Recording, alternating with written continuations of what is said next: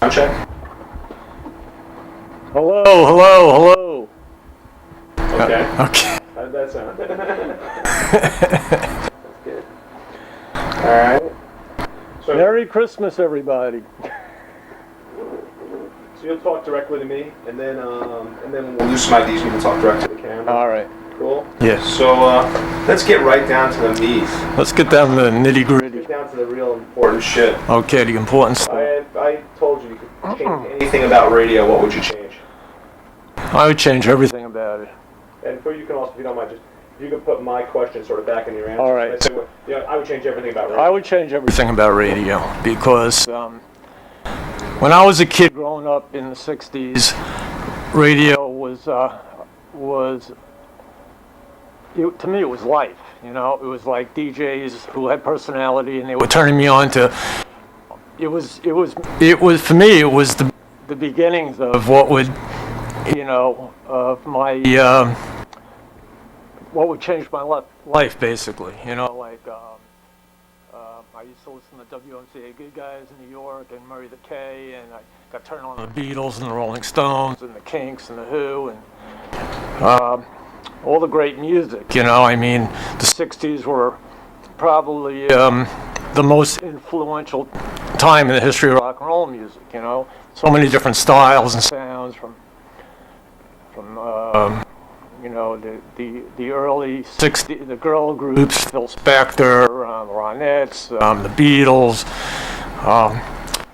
soul, you know, James Brown, and R&B, and then like the psychedelic period, and the Stooges, and the MC5, and the Doors. I mean, there was so much. There was so much, and then I remember from AM getting turned on to freeform FM. That's when FM first came in. It was kind of exciting. It was progressive. It was had its own kind of aura about it, you know, where they play the whole album. They play, you hear Jimi Hendrix for the first time and stuff like that, Led Zeppelin and all that.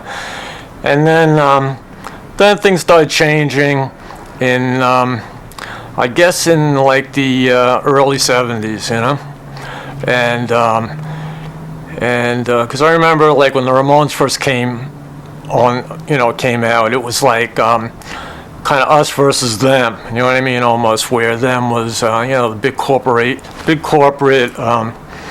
artists, but it was radio who was, you know, like, they didn't want to play anything new. They just wanted to stick to the safe stuff, you know, like at the time it was corporate rock. It was Journey and Foreigner and Boston and Toto and the Eagles and Linda Ronstadt and Kansas, and then there was disco music, and it was Donna Summers and Don't Rock the Boat Baby, and I remember them all, you know. Unfortunately, I mean, it was those few like pioneering types who, you know, would take a chance on a band like us, like Vince Scelsa and Dennis Elsis at WNEW, and then at LIR years later, and PIX too in New York, and Rodney KROQ in LA, and BCN in Boston, Oedipus, and you know, there were like a few like pioneers scattered here and there that were passionate about the music. You know what I mean? It wasn't strictly about big business. It was still about the music, you know what I mean? See, I feel there's a way for everyone to be able to make their quarters, but still be able to play, you know, like everything, like play the Beatles, play Motorhead, play U2, play Green Day and Offspring and Rancid and you know, whatever. I mean, I don't see why all these bands can't coexist. It's not even that it's not even the coexisting. It's like kids want to be turned on to stuff. Kids are disgusted with radio. I mean, kids are like brainwashed to like this stuff. They don't know any better, you know. I mean, I don't knock a lot of these people because I know they're fans of the Ramones. There's a lot of music out there I can't stand today. I know it's very popular, you know, like this hip hop, rap, rock, heavy metal kind of stuff, you know, that to me it's all the same. It's all crap, you know what I mean? There's maybe one band that's, a couple of people out there, maybe Rage Against the Machine, at least they're like serious about what they do, you know? It's not like, oh, let's make some money and sound like Limp Bizkit or something like that, you know what I mean? It's like, you know, I mean, today it's not about being an artist, it's not about to me, like, you know, making music still, it's about the passion and love of making music, you know? And when I get, you know, when I hear something like that on the radio, which is rare, I mean, I'm in heaven, you know? And when people ask me to DJ on the radio or at a club, I mean, I bring the MC5 and I bring, you know, all kinds of stuff, but I mean, I like to turn people on to new things, you know, because that's what, to me, radio was all about, you know what I mean? And that's not what it's about anymore. It's just a formula, you know what I mean? I mean, even like K-Rock, it's a formula, you know? All right, so Sirius Satellite Radio. Getting back to the roots. Well, Change the music I think it's revolutionary because I know, like, as a fan, I remember, like, I remember this vividly, like, back in the 80s, like when KROQ first started out, and the Ramones we'd spend a lot of time out in California. It was kind of like our second home.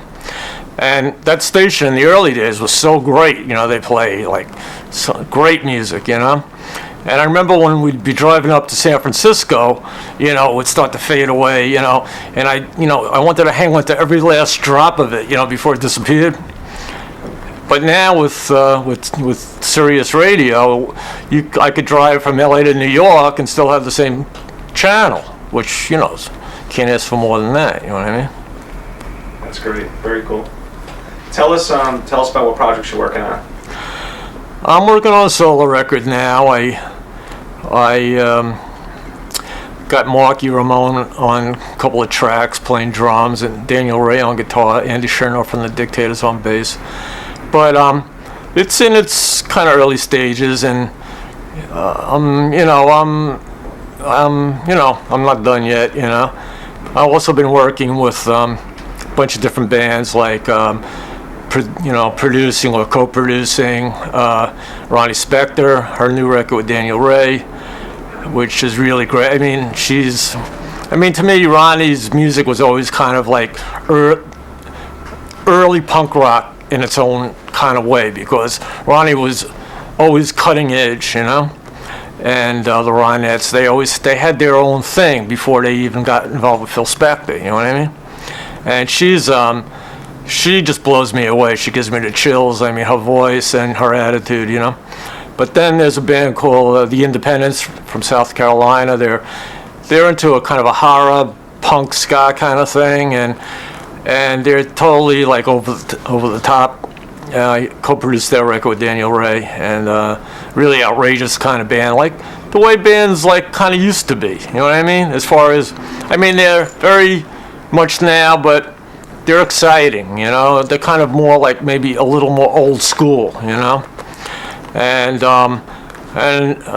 another band called Blackfire. They're a Navajo band, Navajo punk rock band that they mix kind of traditional with their roots with punk rock music, and they're very political, and it's just great stuff. It's just pure passion. It's just really great stuff. So, and I don't know, I'm always open for, people are always contacting me, asking me if I'll do this, do that, you know. I mean, I must have got asked to do like 1 million internet radio shows, and that's actually, you know, when I first started out, I mean, I always wanted to play music, and my other kind of maybe dream was to, I always kind of thought of the idea of being a DJ as well, you know.